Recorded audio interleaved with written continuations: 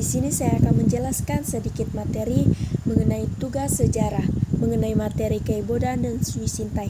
Namun, sebelum kita memasuki materi tersebut, alangkah baiknya kita berkenalan dahulu. Perkenalkan, nama saya Esterian Dini, saya dari kelas 11C.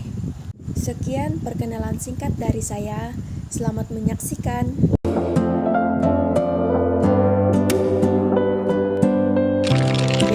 Kita akan memasuki mengenai latar belakang, yaitu Jepang membentuk organisasi militer dan semi-militer di Indonesia saat menduduki Indonesia pada tahun 1942 sampai 1945. Latar belakang pembentuknya adalah untuk mempersiapkan prajurit tambahan dalam Perang Pasifik melawan Sekutu. Beberapa organisasi militer dan semi-militer yang dibentuk Jepang di Indonesia diantaranya yaitu ada Heiho, Pembela Tanah Air atau PETA, Seinedan, Keibodan, dan Sui Sintai.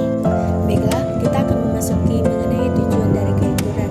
Tujuan Keibodan ini saya mengambil ada 4, yaitu yang pertama, membantu polisi Jepang dalam menjaga keamanan dan ketertiban. Yang kedua, melatih pemuda Indonesia untuk membela tanah air dari gangguan musuh. Yang ketiga, yaitu mempersiapkan prajurit tambahan untuk menghadapi Perang Pasifik melawan Sekutu.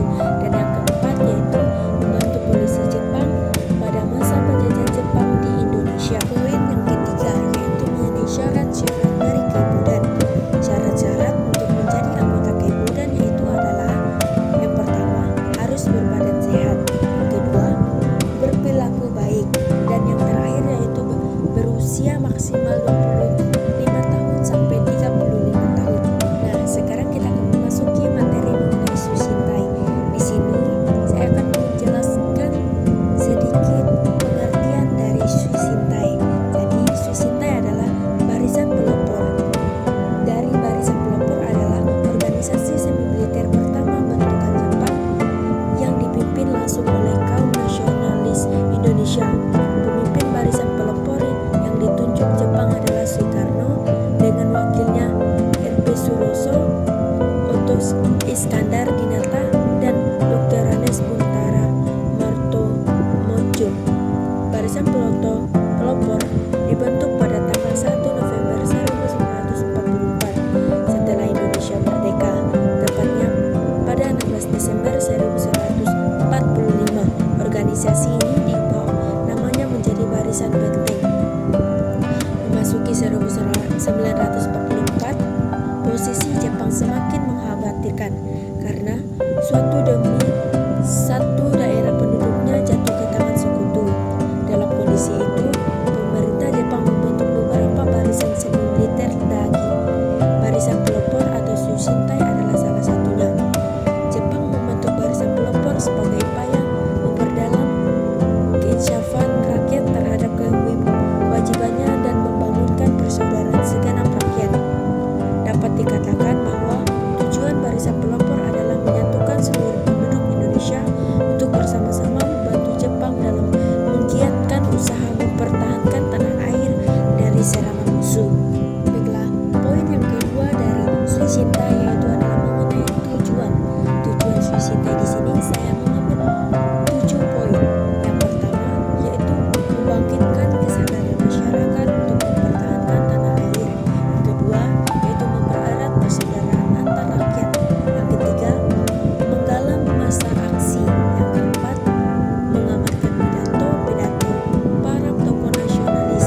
Yang kelima, memperkuat pertahanan lokal. Yang keenam, yaitu menanamkan rasa cinta tanah air. Dan yang terakhir, yang ketujuh, yaitu menumbuhkan keinginan untuk merdeka.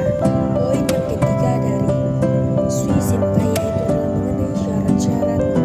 Jadi, syarat-syarat Sui Sintai atau barisan pelopor adalah memiliki semangat untuk berani mati. Tugas utama dari Sui Sintai adalah menggerakkan masyarakat, memperkuat pertahanan lokal, dan membangunkan persaudaraan segenap rakyat. Nah, sekarang kita memasuki materi yang terakhir, yaitu kesimpulan. Baiklah, kesimpulan di sini saya mengambil 2 materi mengenai Keibodan dan Sui Sintai. Jadi, kedua kesimpulan materi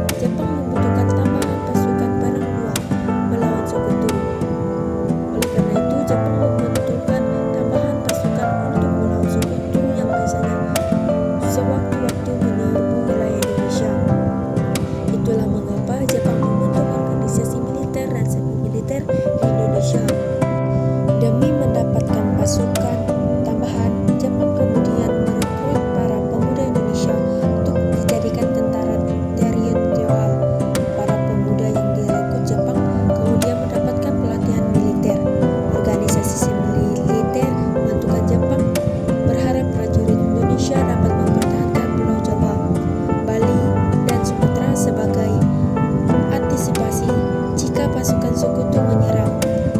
Meski demikian, pembentukan organisasi militer dan semi-militer juga cukup menguntungkan Indonesia, sebab rakyat Indonesia mendapatkan pelatihan militer, diperkenalkan dengan taktik dan strategi perang, serta dipersenjatai. Dengan demikian, prajurit-prajurit Indonesia yang tergabung dalam organisasi militer dan semi-militer Jepang menjadi lebih siap ketika sekutu menyerang dalam agresi militer pasca kemerdekaan. Nah, ini adalah sedikit materi yang telah saya jabarkan mengenai materi Keibodan dan Sui Sintai. Di dalam materi tersebut terdapat bagian-bagian penting, yaitu adanya pengertian atau latar belakang, tujuan, syarat-syarat Sui Sintai dan Keibodan, dan yang terakhir